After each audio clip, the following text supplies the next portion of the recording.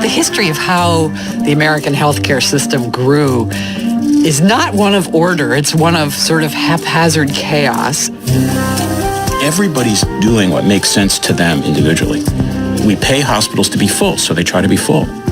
We pay doctors to see patients, so they see a lot of patients. We create a public expectation that more is better, which isn't actually true, so people seek more. It's like everybody's doing their job.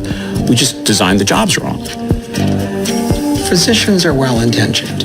Even when bad things happen, it's not because people have bad intentions. It's that our system is all fouled up. We spend a spectacular amount of money on healthcare. Just sheer numbers, $2.7 trillion per year.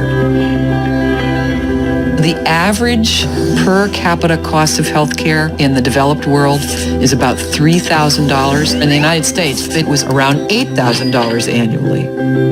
We spend one heck of a lot of money.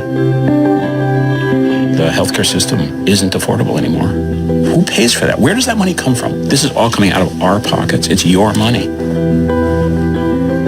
The really astonishing part about the fact that we spend more is we have worse health outcomes. If you need real serious technology today, like a very complex cardiac surgery, you're lucky to be in this country. Rescue care is second to none. As an overall system, no, we're not anywhere near the best in the world. I mean, look at our results. Our lifespan isn't even in the top 20.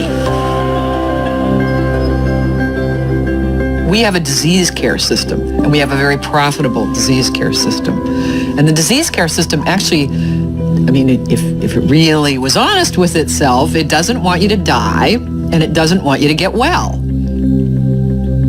It just wants you to keep coming back for your care of your chronic disease.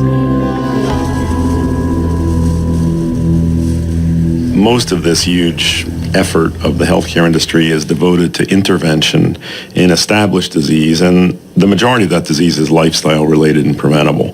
I mean, to talk about how we shift away from disease intervention toward disease prevention, health promotion, I mean, that requires a massive rethinking about medicine and healthcare at all levels of society. It has to do with expectations of patients. It has to do with the training of physicians. It will require a huge effort.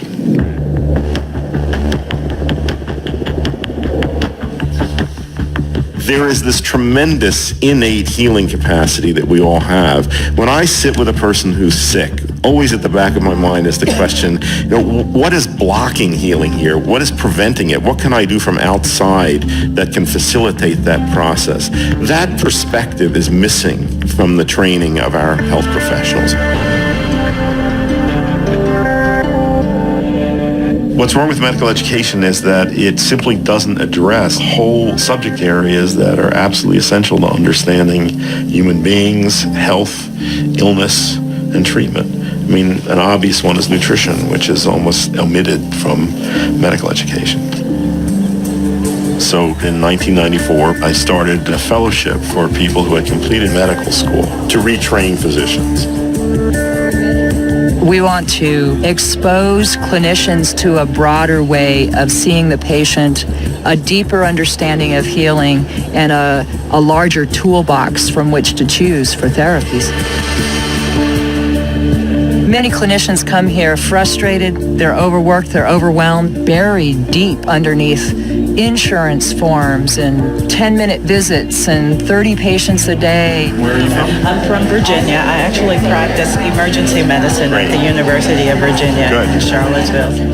There have been some trends in healthcare that make me uncomfortable.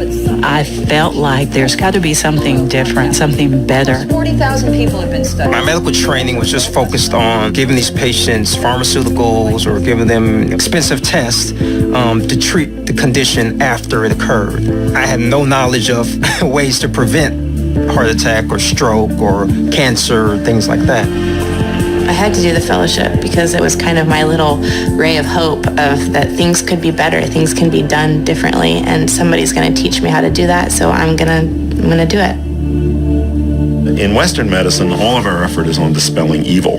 If somebody has an infection, we give anti-infectious agents. If somebody has hypertension, we give antihypertensive drugs. It's getting rid of the bad thing. We do nothing about supporting the good, that the body can and wants to be healthy. Both of these approaches are necessary, but it would be great if we had a better balance in Western medicine. The kinds of interventions that we have come to favor in this country are inherently costly because they're dependent on expensive technology, and that includes pharmaceutical drugs. I think there's some very good drugs out there. I think drug treatment has its place.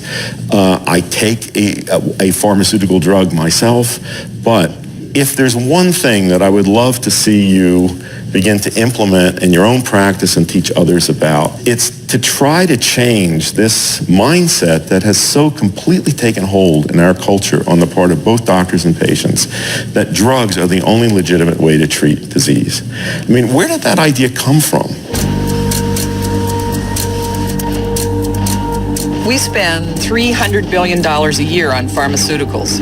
That's almost as much as the rest of the world combined. $300 billion on drugs. In the 1950s, Americans took pharmaceutical medication at about 10% of the rate that they do now. We're taught with the commercials on television, why do we need to wait? We can just take a pill right now.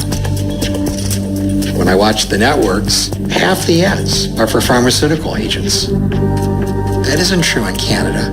It's not true in the United Kingdom. It's not true in France and Germany. The only other country, by the way, is New Zealand. New Zealand and the United States, only two countries in the world where you can advertise prescription drugs. What does that do? Well, it drives demand. You know, the ads always end with the same phrase, ask your doctor. And people do. And doctors, wanting to please their patients, will often prescribe it.